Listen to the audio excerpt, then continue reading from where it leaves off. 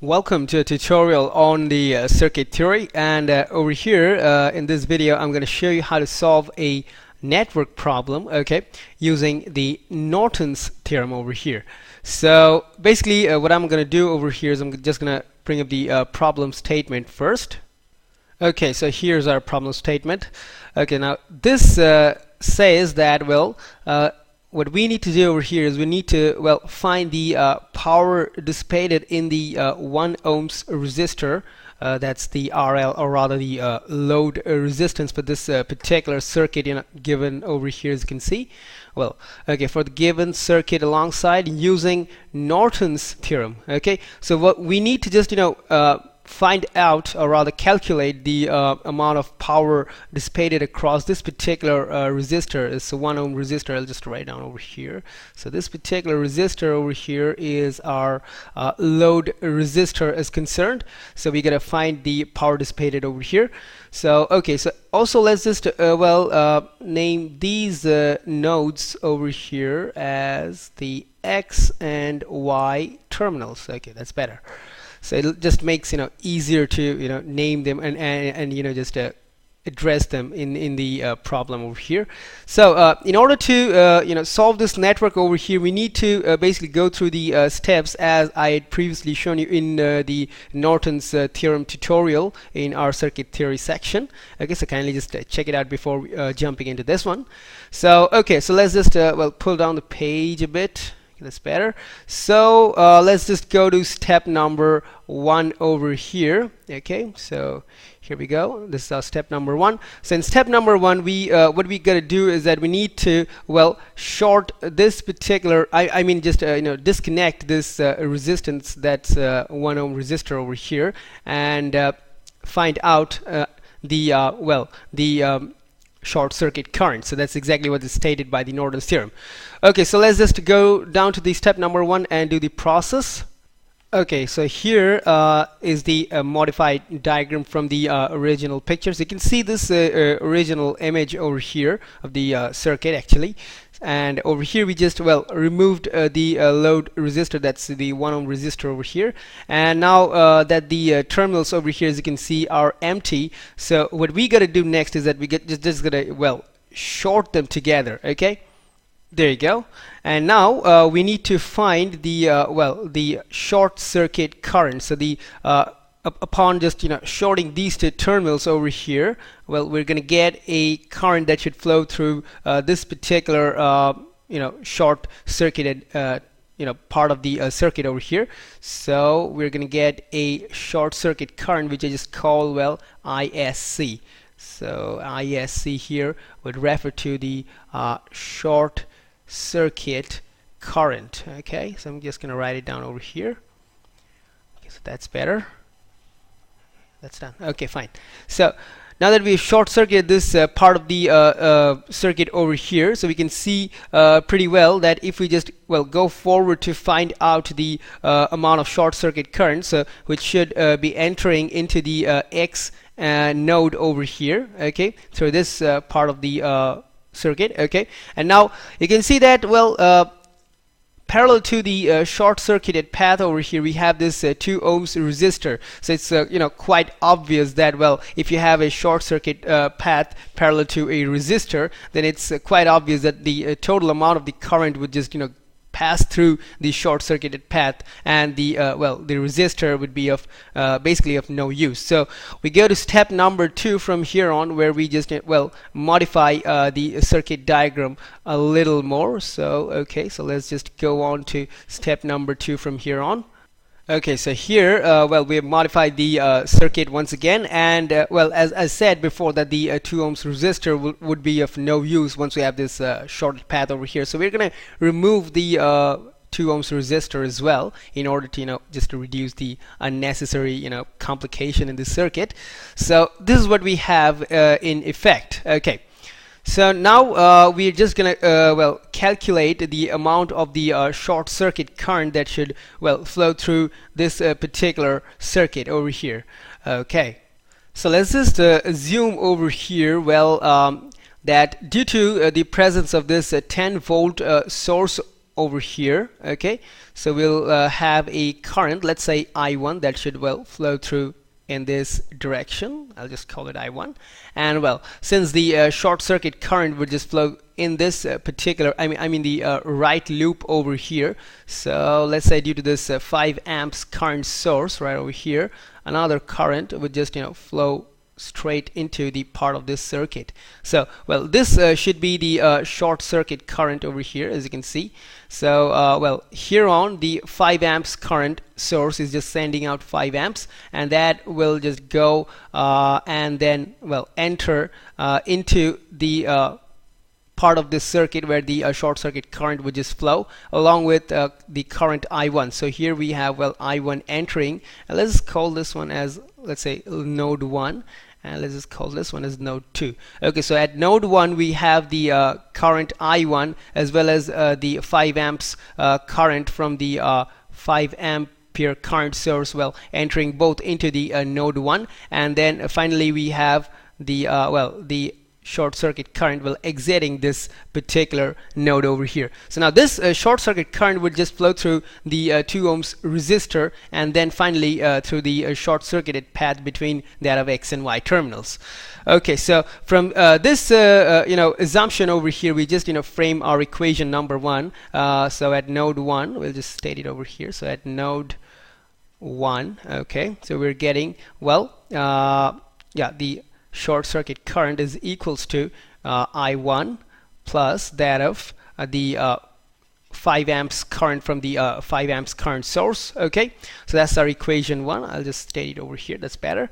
Okay, so now this stated, we can also well take a look at this outer loop of this particular circuit. So if we just include the 10 volt source, the 5 and the 2 ohms resistor, and the X and Y terminals, so if we just take the outermost loop over here, okay, so that way we can just frame another equation based on KVL. Okay, so this is well, this first equation is based on KCL, okay, as you all might remember, and well the second equation, which I'm just gonna frame over here, based on KVL, and well taking I mean applying this KVL in the outermost loop over here, we can just write down as well 10 volts equals to, let's say I1 is flowing over here, so that's obviously well 5 I1, that's the voltage drop occurring across the 5 ohms resistor over here, and also added together the voltage drop occurring across the 2 ohms resistor, which would be, since well the short circuit current should flow through the 2 ohms resistor, so I'll write it down like this, 2 ISC. Well, this should be the total sum of voltages in the outermost loop, okay, including the 2 ohms resistor as well as the 10 volt source. Okay, so if we just go forward and solve them by putting the value of 1 in 2, so I'll just write down over here. So now if we just go forward and well putting the putting the value of ISC from 1 in the equation 2, so I'll write down as well putting 1 in 2. Okay, so we're gonna get well 10 equals to 5 multiplied by I1 plus 2 multiplied by well I just get a well substitute the value of ISC from this first equation over here, so that's I1 plus 5. So if we just go forward and solve this one, we're gonna get, well, let's bring the page down a bit. Okay, that's better. So we're gonna get well 10 equals to 5 I1 plus that of well 2 I1 plus 10. So we can see that well on both sides the 10 gets cancelled. Okay, so that just yields us with I1 nothing but equals to 0. Okay, so that's what we're supposed to get over here. So now I1 being 0, if we just go back into equation 1 over here, so we can just put forward the value of I1 over here in order to find the value of the short circuit current. So from equation 1, okay, so from equation 1, okay, what we're getting is that we're getting well ISC, that's the short circuit current, is equals to 5 amps, since well I1 is equals to 0. So this is our value of the short circuit current which we needed. Okay, so now that we have our value of short circuit current, so we'll just quickly move on to well the step number 3 over here, where we're going to find out the internal resistance of this total circuit over here. Okay, so here we have well modified the circuit once again. As I said, that in order to find out the total internal resistance of this particular circuit over here, we need to, well, as the Norton's theorem says, we need to, well, short all the voltage sources that are included in this particular circuit, and, well, open the current sources. So here you can see, well, if you just compare this figure with the original diagram that we had over here, okay, so this one, so you can see that, well, we've shorted the 10 volt source right over here, as you can see, as well as we have also, well, opened the 5 amps current source. So you can see the leftover terminals right over here. Okay, so when we've, well, done this part over here, we can see that if we just, well, imagine that from this end where the load resistor was connected, okay, if we just look onto the circuit from this particular end and imagine that a current would enter into the circuit from, let's say, the X terminal over here, then we can obviously see that the current would just, divide itself into two parts. One part would just pass through the 2 ohms resistor over here, and of course the other part would just pass through the 2 and the 5 ohms resistor together. So we're having, well, a parallel arrangement of resistors where the 5 and the 2 ohms resistors are in series in one of the arms, and of course the other 2 ohms resistor is in parallel with both of them. So we can just, well, add these 5 and 2 ohms resistor together in one arm and just well, do our necessary calculation. So I'm just gonna well, do it right over here. So we can just, well, take the net resistance over here in this particular arm. Okay, so of course the total series resistance in this particular arm obviously would be, let's say 5 plus 2, that's, well, 7 ohms. So if we just go forward and well, modify our figure once more, we're supposed to get something like this right over here, as you can see. Okay, so you can see over here that, well, across the X and Y terminals we would basically have, well, the 7 ohms resistance, okay, offered by the 5 and the 2 ohms resistor, well, added together, and, well, that's why the circuit has been modified over here. So we have the 7 ohms resistance on one arm, okay, as well as 2 ohms resistance in the other. So the internal resistance, of course, which should be the well, the equivalent resistance of this, the two arms in parallel between that of the X and Y nodes over here, would be, of course, the equivalent resistance over, as you can see, offered by the two arms that are in parallel. Okay, so here if you just go forward and calculate them, then we're gonna get, well, 7 multiplied by 2 divided by, well, 7 plus 2. So that's gonna be, well, 14 by 9. So it's gonna be, well, about 1.56 ohms. Okay, so as you can see over here, we're going to get, well, 1.56 ohms as the internal resistance. So there you go, we have our necessary internal resistance value as well as the value for the short circuit current. So we can, well, go forward and construct our Norton's equivalent circuit for the particular circuit that's given in the problem. Okay, so that just brings us to well, the step number 4, where we're going to construct the equivalent circuit over here.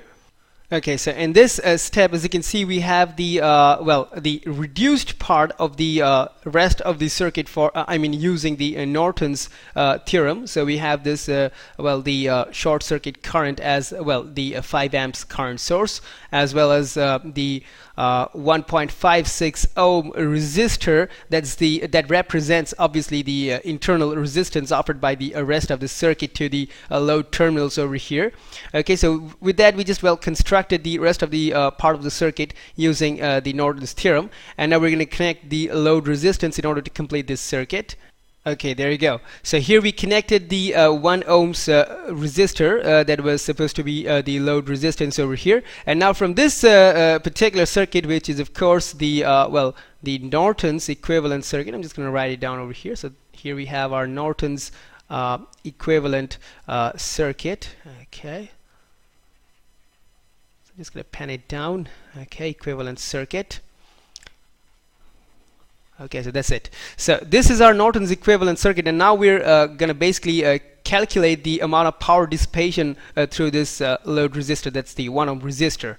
Okay, so we can see over here the amount of current that, well, the total amount of current is supplied by the 5 amps current source over here, and that would of course divide over here. Let's just call this as well the nodes C and nodes D. Okay, and now it'll just divide itself by the node C. Let's say we have here the 5 amps of current coming into the node C, and then we'll have one part going into that of the internal resistance of the circuit, as well as the other part going into the 1 ohms resistor over here.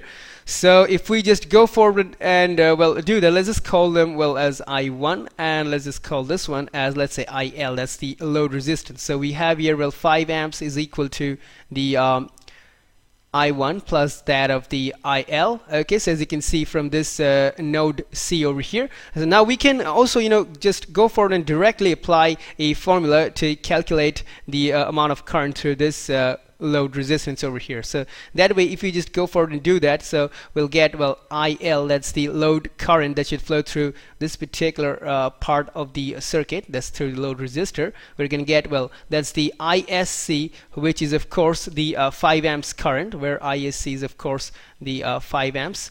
You know that's the current from the current source over here.